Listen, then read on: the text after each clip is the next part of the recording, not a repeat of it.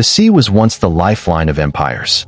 And for the Ottoman Empire, it was also a graveyard of lost glory. By the mid-19th century, the Ottoman Empire was no longer the unstoppable force it once was. It was called the sick man of Europe, and nowhere was this sickness more visible than in its navy. Rotting wooden ships, outdated cannons, poor training, and corruption had turned the Ottoman Navy into a shadow of its former power. But in 1864, something began to change. The Ottoman leadership realized one brutal truth. Without a strong navy, the empire would drown in the growing pressure of European powers like Britain, France, and Russia. So they began rebuilding. New ironclad warships were ordered from Britain and France. Steam engines replaced sails, and Western naval advisors were invited to modernize training. The Bosphorus, once quiet, now echoed with the sound of industrial engines and steel ships cutting through water. But this modernization came with a cost. The empire was deeply in debt, and every new ship meant more financial pressure on an already collapsing economy. Still, hope was alive. Young Ottoman officers dreamed of a restored empire, a navy that could protect the Mediterranean coastlines and challenge European dominance once again. By 1876, the Ottoman Navy had become one of the largest fleets in the region in terms of ship count, but quantity was not quality. Many ships were poorly maintained, training was inconsistent, and political instability inside the empire weakened command structure. Then came war.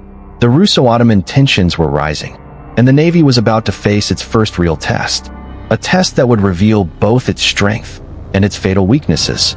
The stage was set for conflict, and the sea would soon become a battlefield of survival. The war with Russia changed everything. The Ottoman Navy was expected to support coastal defenses, supply troops, and protect strategic waters. But reality was harsh. Many ships could not even sail at full capacity. Engine failures were common, and coordination between naval and land forces was weak. In the Black Sea, Russian naval power dominated. Ottoman ships were often forced into defensive positions, unable to challenge directly. The empire suffered heavy territorial losses after the war, and with that came blame. The Navy was criticized for corruption, mismanagement, and outdated leadership. Funding decreased, morale collapsed, and modernization slowed down. By the late 1880s, the Ottoman fleet was still large on paper, but many ships were effectively useless, sitting idle in ports like Istanbul. Then came a turning point. Sultan Abdulhamid II, deeply suspicious of coups and rebellions, began to fear his own navy more than foreign enemies. So instead of strengthening it, he restricted it. Warships were kept anchored in the Golden Horn, crews were undertrained, and naval officers were monitored closely. The fleet that was supposed to defend the empire became a fleet that was afraid to move. While Europe entered a new age of battleships and dreadnoughts, the Ottoman Navy remained frozen in time. Britain launched powerful modern fleets. Germany expanded rapidly, and even Italy was modernizing aggressively. But the Ottomans remained stuck, a sleeping navy in a rapidly awakening world.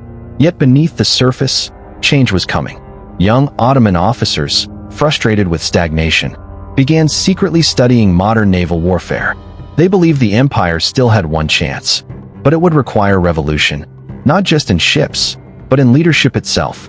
And soon, that revolution would arrive. In 1908, everything changed.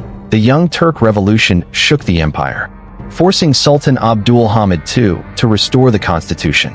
For the Ottoman Navy, this was a moment of rebirth. The long silence of the fleet was finally broken.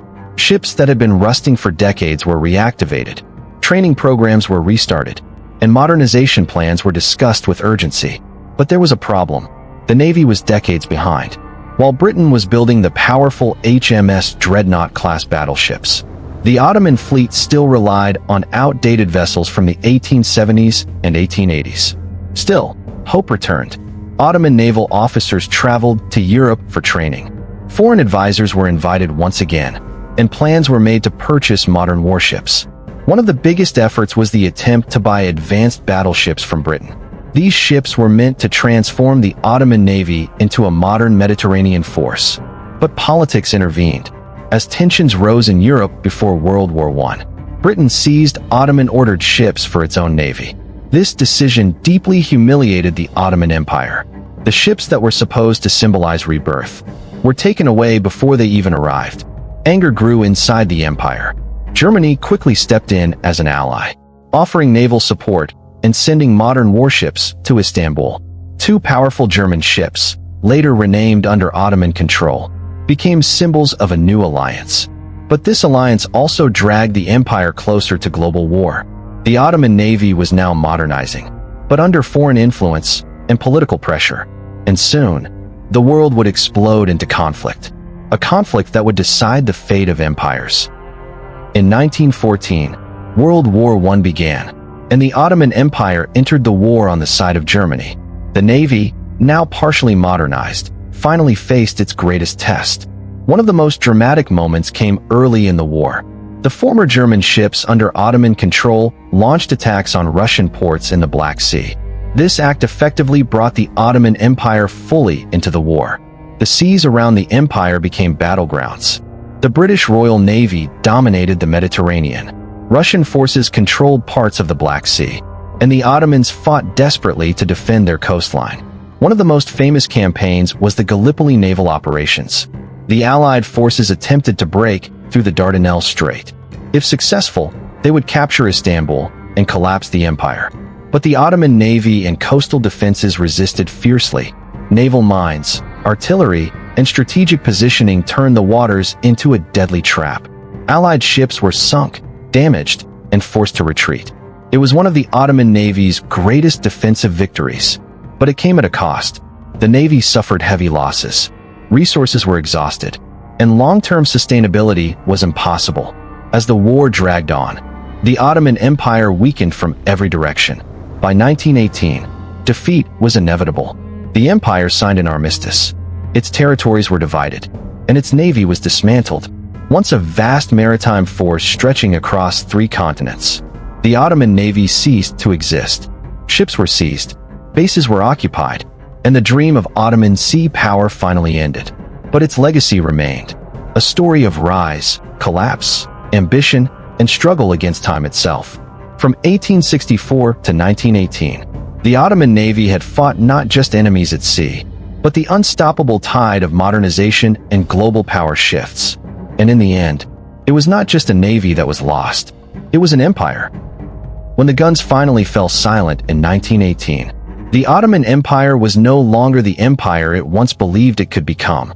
The war had ended, but for the Ottoman Navy, there was no victory to celebrate, no fleet to rebuild, and no future waiting at the docks. There was only silence, a heavy, painful, endless silence over the waters of the Bosphorus. After the Armistice of Mudros in October 1918, the Ottoman Empire was forced to surrender its remaining military power to the Allied forces. And the Navy, once a symbol of imperial pride, was one of the first targets. Ottoman warships were ordered to return to port. Their guns were unloaded, their crews disarmed, and their movements strictly controlled by Allied supervision. The once active naval bases of Istanbul, Izmir, and the Dardanelles turned into controlled zones under occupation pressure. British and French ships now patrolled Ottoman waters freely. The empire that once controlled seas across 3 continents now could not even move its own vessels without permission. The humiliation was deep. For Ottoman naval officers, it was not just a military defeat. It was the death of identity.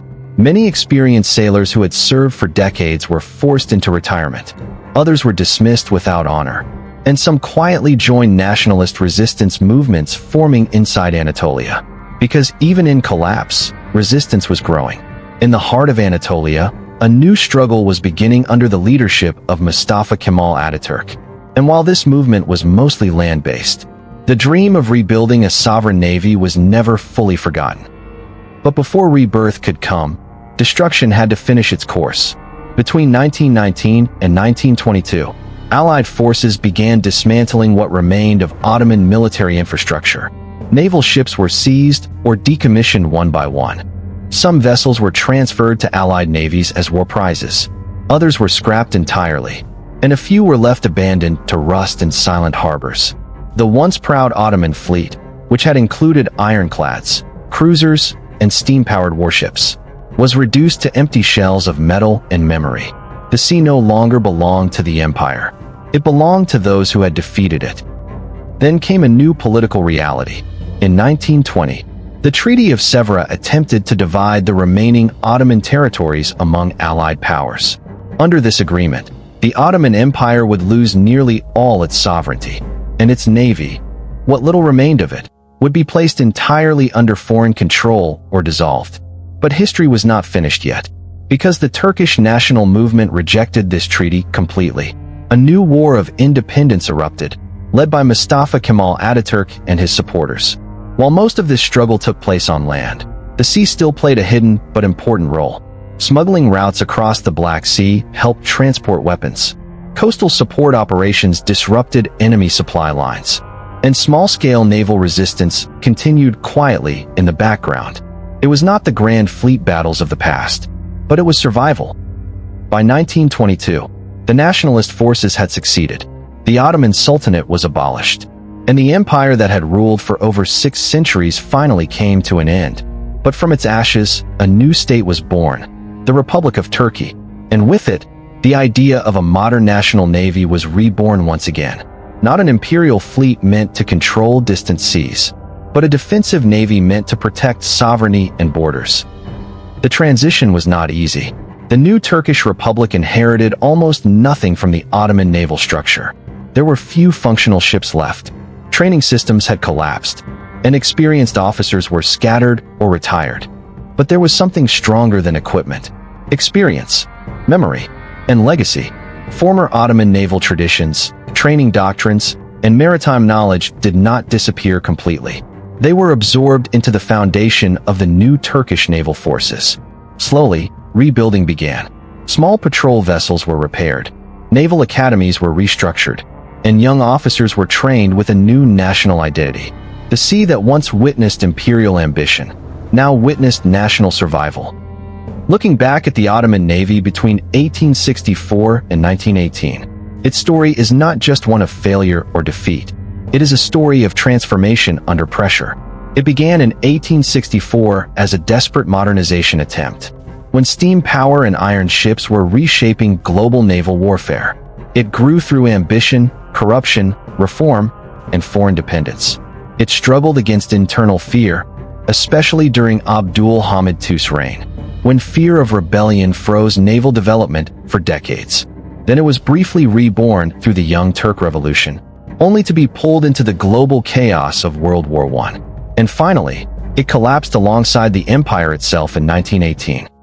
But the Ottoman Navy also left behind something important: a lesson. That naval power is not just about ships. It is about timing, industry, leadership, and adaptability. The Ottomans often had ships, but not always the system to support them. They had modernization attempts, but not consistent development. They had ambition, but not always stability. And in the rapidly changing world of the 19th and early 20th centuries, that gap became fatal. Yet, even in defeat, their maritime legacy influenced the future. Modern naval doctrine in the region still reflects lessons learned from Ottoman experiences. Control of the Bosphorus and Dardanelles remains strategically vital, as it was during Ottoman times, and the importance of balancing foreign alliances with domestic independence remains one of the most critical lessons from that era. As the sun set on 1924, the Ottoman Navy existed only in memory, but memories can be powerful, because they shape the future in ways empires often fail to see. The ships are gone, the empire is gone, but the sea remains, endless, unchanged, watching every generation rise and fall. And somewhere beneath those waves, the echoes of Ottoman ironclads still seem to move, like ghosts of a forgotten maritime giant.